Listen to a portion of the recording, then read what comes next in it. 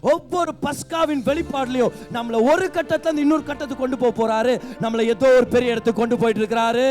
Come on, get ready to get out. இப்ப பஸ்கானா ஒன்னு communion கிடையாலும், இன்னொன்னு அவரை பத்தி வேதத்துல தெரிஞ்சுக்கிறோம். இப்ப right now we are celebrating Passover.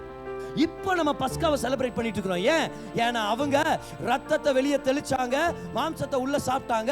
இப்போ நம்ம என்ன பண்ணிட்டு இருக்கிறோம்? ரத்தத்தையும் வாயை திறந்து பேசிட்டு இருக்கிறோம். அதே போல அவருடைய மாம்சத்தையும் அவருடைய சரீரத்தையும் அவர் நமக்காக செஞ்சு முடிச்சதை நம்மளுடைய ஆகாரமாக வார்த்தையிலிருந்து நம்ம சாப்பிட்டுட்டு இருக்கிறோம். We are celebrating Passover today. Hallelujah.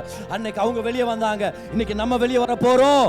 அது வியாதியோ பலவீனமோ நம்மளை கட்டி போட்டிருக்கிற பிரச்சனையோ, ஒவ்வொரு தடவை இயேசு கிறிஸ்துவை நம்ம புதுசா பார்க்கும்போது get ready to get out. வெளியேறதுக்காக ஆயத்தமாகுங்க. ஏன்? இயேசு கிறிஸ்துவின் வெளிப்பாடு நம்மள ஒரு இடத்துல இருந்து இன்னொரு இடத்துக்கு கொண்டு போக வல்லமையுடையதா இருக்குது.